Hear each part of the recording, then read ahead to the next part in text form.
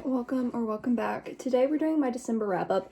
I will say, if you can see the little dresser, whatever the freak it's called, I always forget what it's called, behind me, yes, it does need organized. It is my, like, crap throwing place where I just put everything down when I'm, busy. So, yeah, it needs organized, but this does, in fact, need, film edited and posted in less than 2 hours. So, I don't want to spend the 5 minutes that's going to take me doing that. I would rather spend 20 minutes doing this, and then you get the vibe. Okay, so let's just go ahead and jump straight into this because, as I said, I have 2 hours.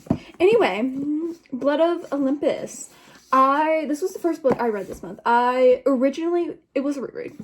Originally, the first time I read it 4.75 stars. I kind of stand on that. I'm going to be honest, out of the whole series, actually, I don't even know if I'd rate it that highly, because out of the entire series, this is my cat has found a bag that he can make noises with. This is kind of my least favorite, just writing-wise. Hello, Cheeto. I'm gonna have you move. What you wantin'? To be a nuisance? Ah, yes, to be a nuisance. Can you leave? Thank you. It is probably, writing-wise, my least favorite in the series. The romance plot lines, one in particular, you know which one I mean. I don't want to say it because I don't want to spoil it, but I did not like that. I did not like that at all. Is you. And generally, just the final battle, it didn't hold up to the epicness that was the final battle in the last Olympian.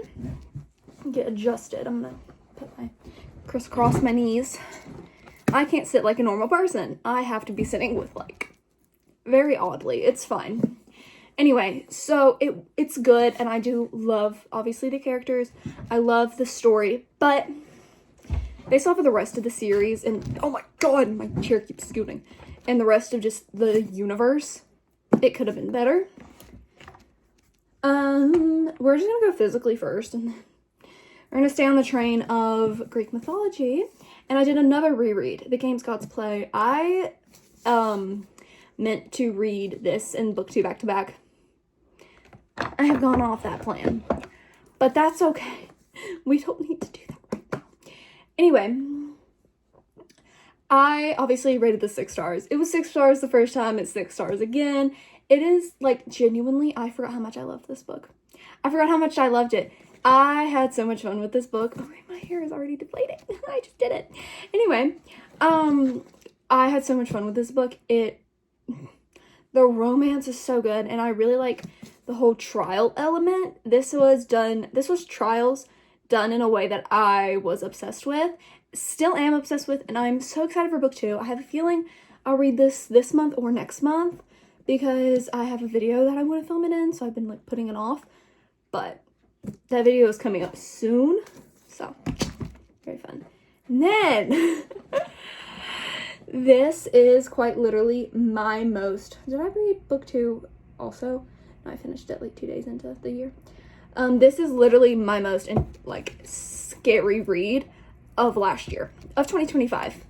And that was Crescent City, House of Earth and Blood. I'm gonna leave my thoughts on book 2 for January's wrap up, but I'm so excited to read book 3. That's all you need to know. I'm so excited to read book 3. I'm one of those people where it takes me a little bit to connect to characters. I think it's because I've read so many books that there are so many characters that I am so in love with that when I read a new book, I'm like, okay, this is going to take me a minute to fall in love with you. And it did take me a minute to fall in love with them. I will say, I'm not sure when I really realized I was in love with them, but I did fall in love with them within this book. And this book almost made me cry. The ending is very good. I was very entertained with the plot. The best way I can describe this is the plot is more engaging than the first book in the ACOTAR series, but I wasn't as addicted to it than Throne of Glass. And you can really only understand that logic if you've read her whole universe, or at least read ACOTAR and Throne of Glass, which are back there. I loved this. Well, I didn't love this one. I loved book 2. We'll get there. We'll get there next month, okay? This was a 3.5 star. It was, like I said, the plot, there's something happens, like, literally 50 pages in, and it's, like, it is fast-paced. It is probably her most fast-paced. My dog is. I definitely found that, again, it took me a little bit. This is a big book. Normally, Sarah starts off with, like, her first books in series being about around 400 pages. But all of her books, I've found, are very character-driven until the last 200 pages. And then you get to the plot. I experienced this with this book, but I actually found that this was probably her most plot-driven book. Obviously, there's plots in all of her books. That sounds, like, really stupid to say. There's plot in all of her books. But this was the book that I found, it's like a murder mystery. The murder mystery was very engaging, and it was fun to read. I was addicted to it. The graphic audio. This is the first graphic audio from Sarah I'm listening to, and I'm going to reread the second and third book in the ACOTAR series in graphic audio, because the graphic audio was just amazing. I will forever pick a graphic audio over, like, a normal audio, but graphic audios, I love them so much. I don't really, so I was engaged with the plot, and I did want to know what was happening, but it took me a good bit to really, like, love the characters. The reason that it took me so long to love the characters is because a lot of people find that Bryce is a carbon copy of Aelin. I don't subscribe to that. I don't subscribe to that propaganda. What I do subscribe to is that Hunt felt knockoffy to Rowan. For some reason, Sarah loves to make her main male characters enslaved. I don't really know why, but he was enslaved. His general vibe felt like Rowan. Just different, and I really only connected to him. I connected to Bryce straight, like, in this book, but I didn't connect to him until book 2. I connected to him for Bryce. I just realized I forgot to put mascara on. That's why I look a little weird. Anyway, it's fine. We're just gonna pretend I don't look bald in the eyeballs. That's part of, like, he was the most difficult character to connect to, just because I kept being reminded of Rowan, and he just gave, his backstory was very similar to Rowan. I have heard that book 3 is when Bryce really becomes Aelin part 2. I'm scared to read. I have book 3 because one of my friends, Jessie, got it for me. Her mom apparently thought that it was the entire series in one book. I looked at her and I was like, no, she's just fat. Okay, Cheeto's knocking crap down. Do not knock that over. That is glass. Cheeto. Anyway, moving on from Cheeto almost shattering this. What was I saying? I found Hunt hard to connect to, but I connected to him in book 2. So this isn't, I don't know. Plot was barely connecting, but I wish I connected to the characters faster, but it does take me long to connect to characters just in general, I feel. It has to be a really good book for me to immediately be, like, locked in. Which I think I was comparing it to Throne of Glass. Throne of Glass was the most recent book I read from her, like, series I read from her. And I was very quickly connected to Aelin in book 1. And so, but I think it's because of the reading order I did. If you want to, like, video on my reading order, I will explain that on my TikTok, because I feel like no one talks about the reading order that I did. And my reading order, I feel like, is superior, okay? My Throne of Glass reading order is the best reading order. It was really fun. Now we're going to get to my Kindle reads. I think I had 8, because I think in total I read 11 books. I don't know, I didn't count. First we have Rival Darling by Alexandra Moody. This was so good. I rated this, I think, 4.25. Yes, I rated this 4.25. It was addicting. Like, I read this in a day. On a show day, no less. Like, I had a show to go to. I was reading this backstage, mid-show. I was chilling. I, like, truly was addicting. And I was in a little bit of a slump, per se. And that just tore me straight out. It was so good. It was so good. Like, I literally went 6 days without finishing a book, which is not normal for me. Anyway, and then I finished The Christmas Tree Farm. I was listening to this on audio. I recommend the audiobooks for this whole series. I find that the physical reading... Okay, this is actually... We're going to talk while I do mine. At least try, because I struggle to talk while doing... That's not mascara. I struggle to talk while doing mascara. But it's whatever. Okay, it's fine. It's fine. I look even balder without my... It's fine. I really like this. This was my favorite in the series so far. We'll go ahead and also talk. I read, what is it called? The Gingerbread Bakery.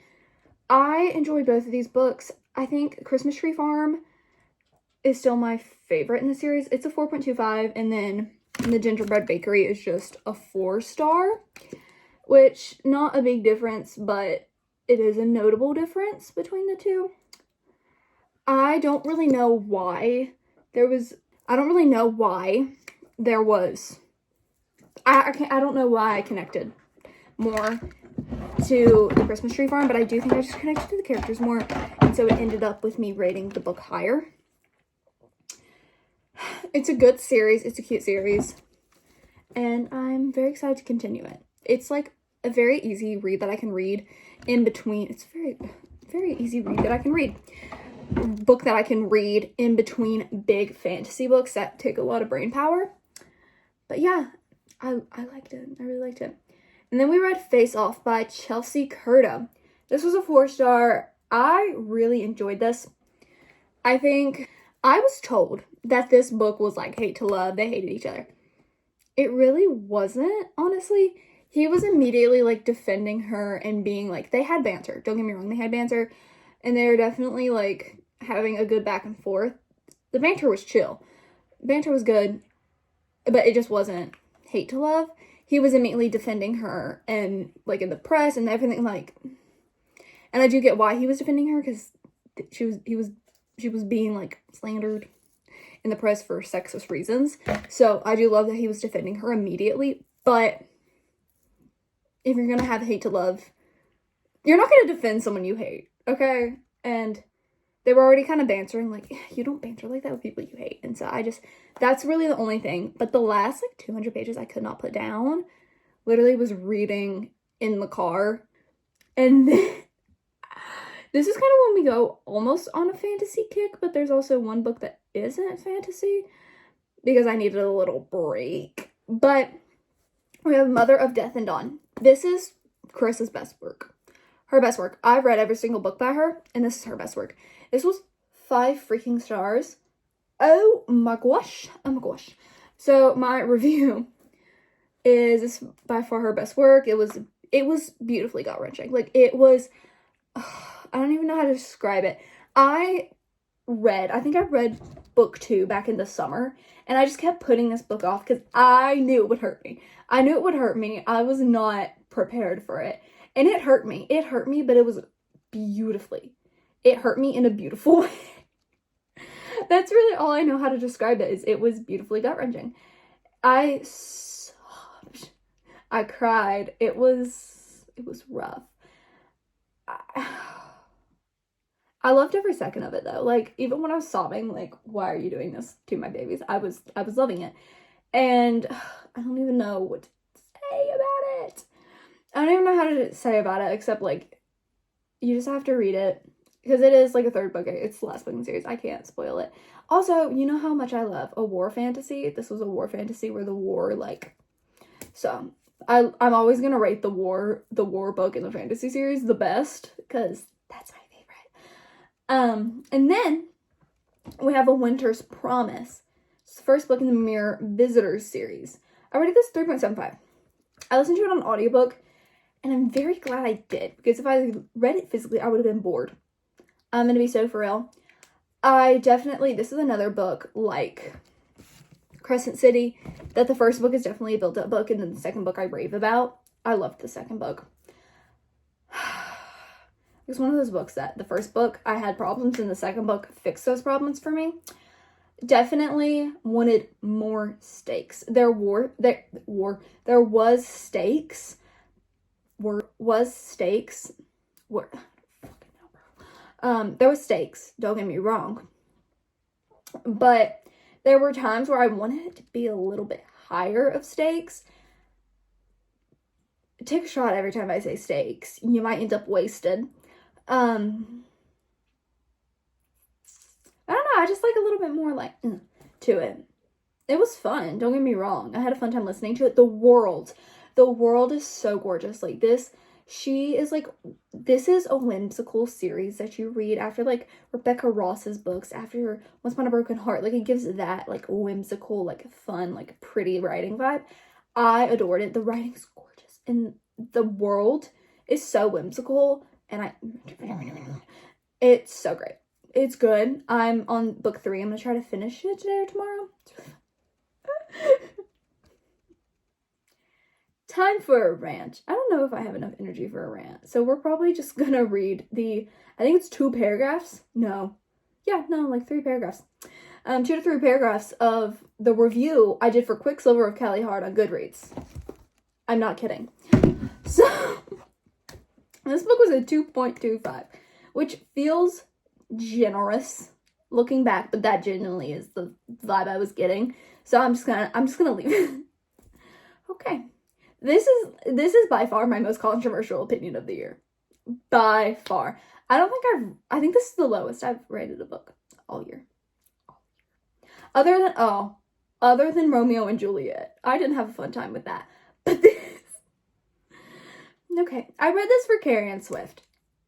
He delivered, but he didn't deliver well enough for me to look aside what trash this is, okay? He's great. The love interest, he calls her a bitch in heat twice in one chapter. Excuse me. Like, actually what? It doesn't okay, this is my exact words. I read this for Carrie Swift, and I must say he delivered what I wanted for him. He's great. The actual main love interest, however, trash. This book is marketed as enemies to lovers, but hardly even scratches hate to love. Would you like to know what it does scratch? An emotionally immature man who spews vitriol at FMC for 400 plus pages and then pulls the "but I'm in love with you." I cannot say the other thing because it would spoil, but honestly, if you've read any other romantasy, the world building's so info dumpy. Like, it's so dumpy. There was a point of time in traditional publishing where they would not take portal fantasies like this because it is seen as an easy way to do world building, because you have this new female main character or male whoever, this main character going into this world for the first time, and basically you can have the other characters just explain the world building to them. And publishing found that as like a lazy which portal fantasies, the world building can be done so well. Like the Mirror Visitors series is a kind of like a portal fantasy. Like there's different arcs in a way. So there's different family arcs and they live on these other, not worlds. They all live in the same world, but you can portal to the different arcs and it's like going to a different country. And the world building in those were amazing. Like that is a way you do a portal fantasy where a character comes into a new world and the world building is so good. This was paragraphs, big old paragraphs of a character just explaining something to, what's her name? Saris, of people just explaining things to Saris. And it felt lazy. It wasn't well written. This is not well written. This isn't good writing. But the world was so interesting. I loved it. Like, you have vampires, you have fae, you have alchemy. It was so fun. Like, the way she did the world building was so good. And had this not been a romantasy and been more focused on the world of it than the romance, I would have loved this. This would be probably at least a 3.75 for me. But it's a romantasy where the world building gets shoved to the side for the romance. And I didn't like the romance. That's the problem. Picking back up, that was basically me paraphrasing. I found, I could not believe the couple when he went from calling her a bitch and he twice in one chapter and just being incredibly rude to her for 400 plus pages and then saying he's in love with her. The plot twist, I wasn't shocked by a single one, and that ended with not only something I assumed would happen 100 pages into the 670-page book, but is extremely unoriginal. It's been done in so many immortal ex-human romanticises, including the most popular ones. If you read the most popular ones, you'll see this ending from a mile away. I'm not going to go into this. I read the indie book on KU. That's where there was many grammar mistakes. I feel like one good read-through would have fixed this. Okay, my biggest gripe with the grammar. I don't notice a lot of grammar mistakes. I'm going to be honest. I'm not a proofreader. I'm horrible at it. But it was blatantly obvious, and it was really annoying. Because they have this, like, you know, the mind speaking that it's in, like, every popular romantasy, whatever. Sometimes they would just be in normal italics, and then sometimes it would be in quotations and italics, and sometimes the beginning of the mind-speaking sentence would start with a quotation and not end with a quotation, or it would end with a quotation and not start with a quotation. So I was very, like, if you do one read-through, you're gonna notice that. Like, hopefully that was fixed in the traditional published version. I don't know. I'm not going out and spending $20 on that BS. So, the last paragraph in this is me just saying that this series has a lot of potential and that I understand why people love it. And I want to read book 2. I'm not sure if I'm going to read book 2. I did fully intend to read book 2. Don't be like, oh, I want to read book 2. No, I fully intended on reading book 2. But there are so many books I want to read that I just don't know if I'm going to get to reading this because I didn't have a fun time. But I do think book 2 has really good potential. I might wait till book 3 is out so I can read book 2. And then if I need to read book 3, immediately go to book 3. Because I heard people say that if you don't read, Brimstone immediately after Quicksilver, you won't know what's happening because there's a lot of, like, niche mentions. But honestly, like, there's so many books in the world, and I don't want to waste my time on a book that I'm not going to enjoy, and I don't want to give a bad review to a book that is genuinely, like, that's just not for me. That's just not what I want to do. As an author, I don't like giving bad reviews. Anyway. And then the final book we have is Duke by Jessica Peterson. Okay, we also have yet another long review. I'll just read this because that sums up my feelings. It was super cute, but it took me a while to be connected to the characters. The found family aspect of this series truly shined in the book due to the pregnancy aspect, you know, it takes a village, all that. I love the dynamic between Duke and his twin Ryder, and then in parentheses I said, I'm so excited for his book. The final 2 chapters really made the whole book for me. The emotional depth and the romance aspect combined was beautifully done. I liked it. I had a really fun time with it. And the main thing, I had someone else point this out, it does feel a little bit disconnecting when you're reading a book based off an accidental pregnancy. And she's still thinking about like terminating the pregnancy, 70% in, like over 70% in. So yeah, that took me out a little bit. But when I read accidental pregnancy books, this was a 3.75 by the way. When I read an accidental pregnancy book, I like to see more of the broad pregnancy. Like, this was first trimester. It was set in the first trimester. And then I think the epilogue was after they had the baby. But I don't know, I like seeing the progression. And the main reason I like accidental pregnancy and single parent, like because I love watching a man interact with his child. Sue me, that's the hottest thing you can do. Like, a man being good with kids is the hottest thing, and the man being good with his pregnant partner, again, hot, sexy, I love it. When I read the 4th book also, why is the 4th book always the accidental pregnancy book? This series, the Chestnut Spring series, and the Off-Campus series. Anyway, when I read the 4th book in the Chestnut Spring series, I called my best friend at like 10 p.m. at night to tell her I think I had baby fever. I love those type of books, okay? So I would like to have seen more the broad pregnancy, but this was first trimester based, which was really interesting to read. I haven't read one that doesn't show the whole progression. This was just, normally they show the whole progression. Which was fun. And the emotional aspect of her parents and her, like, family dynamic was amazing. And that's what I'm talking about with the last 2 chapters. The romance combined with that emotional aspect. 8. Oh my gosh, it did. Ooh. And Duke's a yearner. Duke was yearning. He was yearning. I think that's all I have for you. That's all I have for you, friends. Anyway. Yeah, that's all I read. That's all I read this month. This month was a little bit kind of slow, but also not. Like, a lot of the books I read were clunky. Yeah. Toodaloo. I'm gonna go edit this and post it with. This took me like 30 minutes to film. Anyway, bye-bye.